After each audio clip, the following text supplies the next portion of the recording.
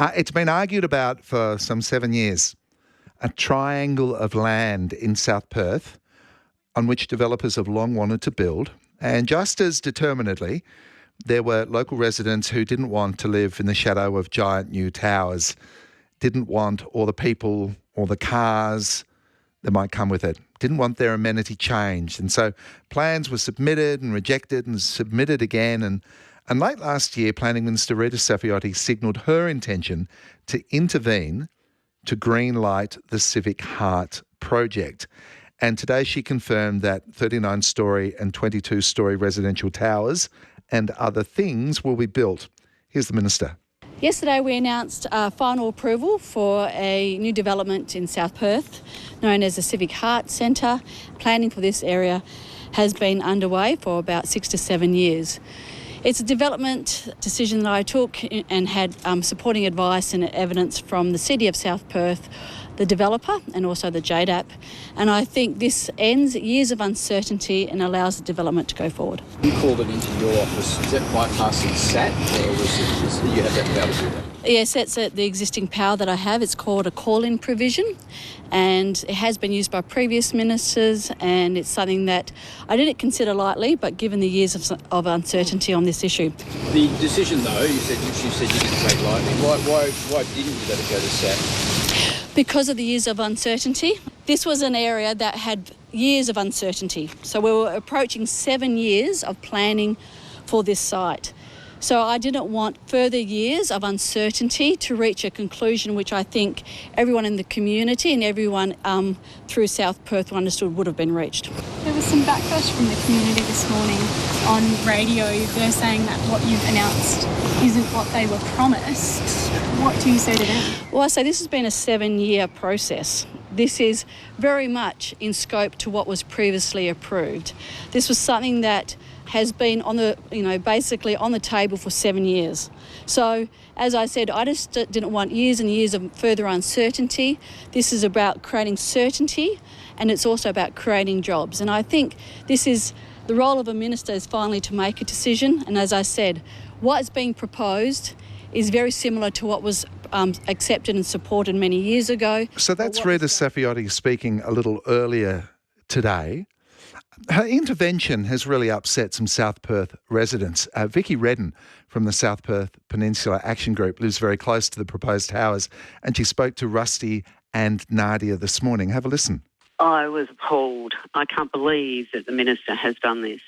It's not so much the hype, it's what happens on the ground when you get that much density in one tiny little area. Now, this triangle of land has always been promised to be the centre of South Perth, this civic centre. It's supposed to have arts and lovely shopping centres and a supermarket and entertainment, things that would be useful to the community.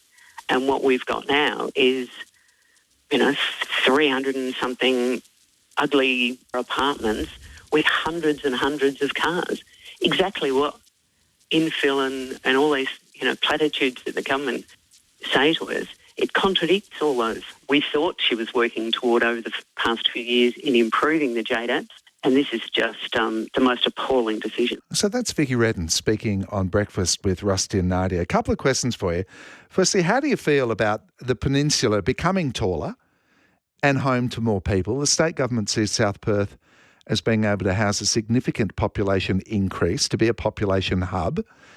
And then secondly, last week we heard that Stan Quinlivan, who's owned the Ocean Beach Hotel in Cottesloe for 50 years, wants to redevelop that site and go up some 10 stories.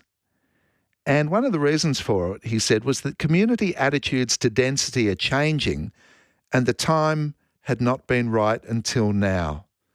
To what extent do you agree with the sentiment? Are community attitudes to density changing? 1300 222 720. Give me a call before we get to 6:30 or 0437 922 720. And one of the biggest aesthetic arguments about this plan was that those who hated it argued it wasn't iconic enough.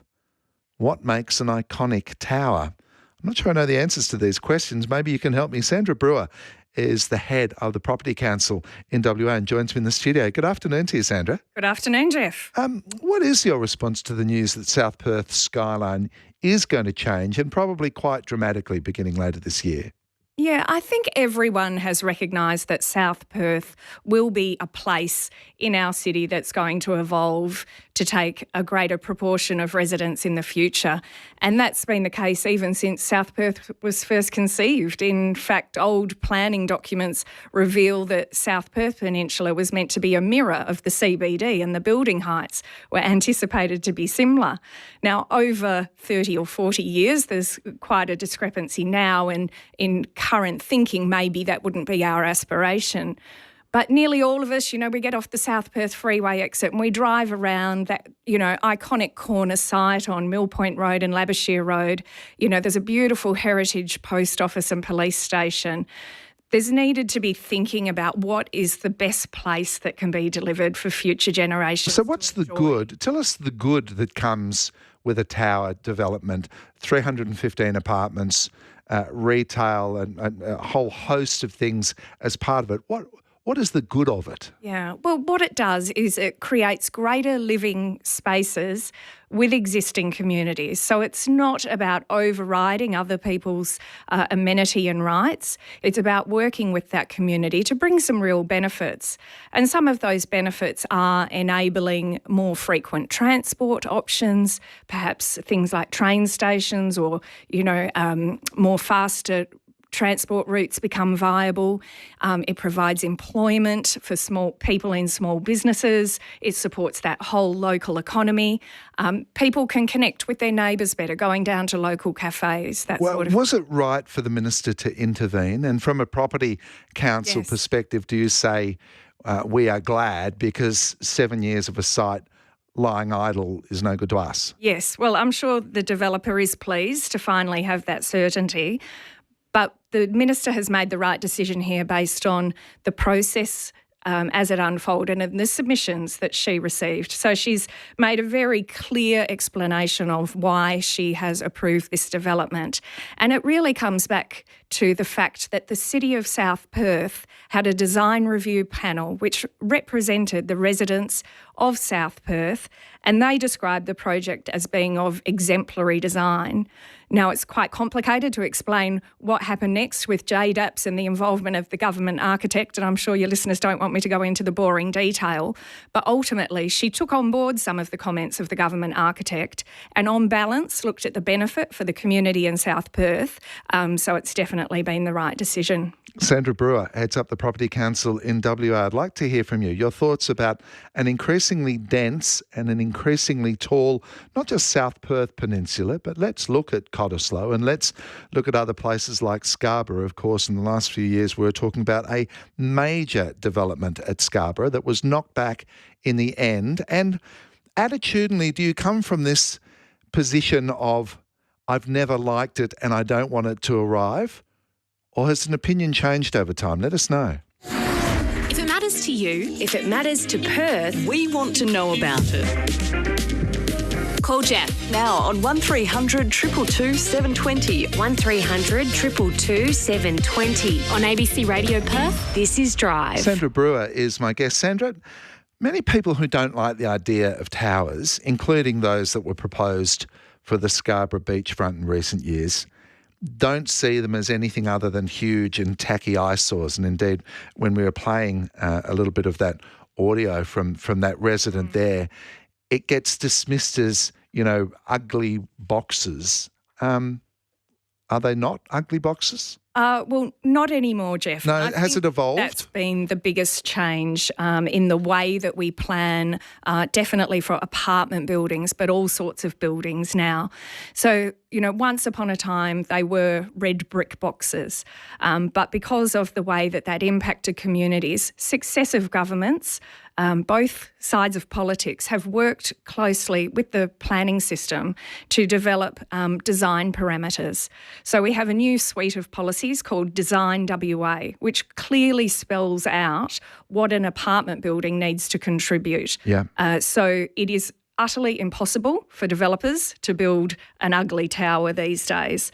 There might be a few people who would argue that point. True, but the things that need to be considered and approved by design review panels are solar and daylight, ventilation, ensuring there's windows to bedrooms, minimum sizes for apartments, and making sure the layout is practical. And activity on the ground level as well. Yeah, and managing the impact of noise, the facade having an appealing design, and actually bringing something to the community that's there.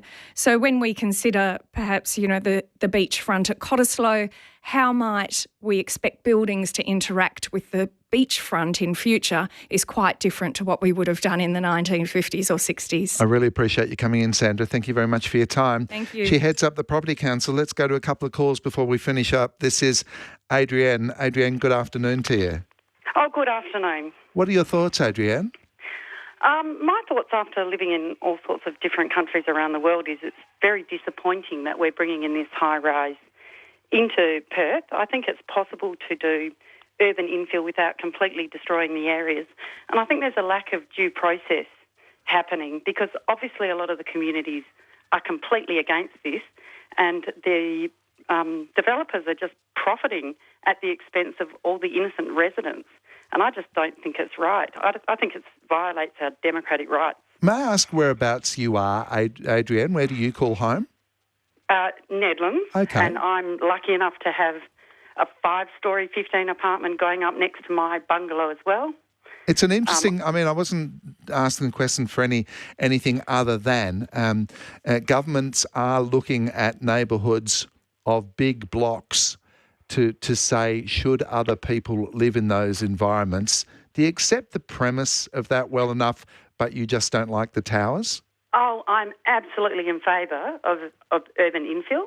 I've spent many years in Zurich and Vienna, and I think they're prime examples.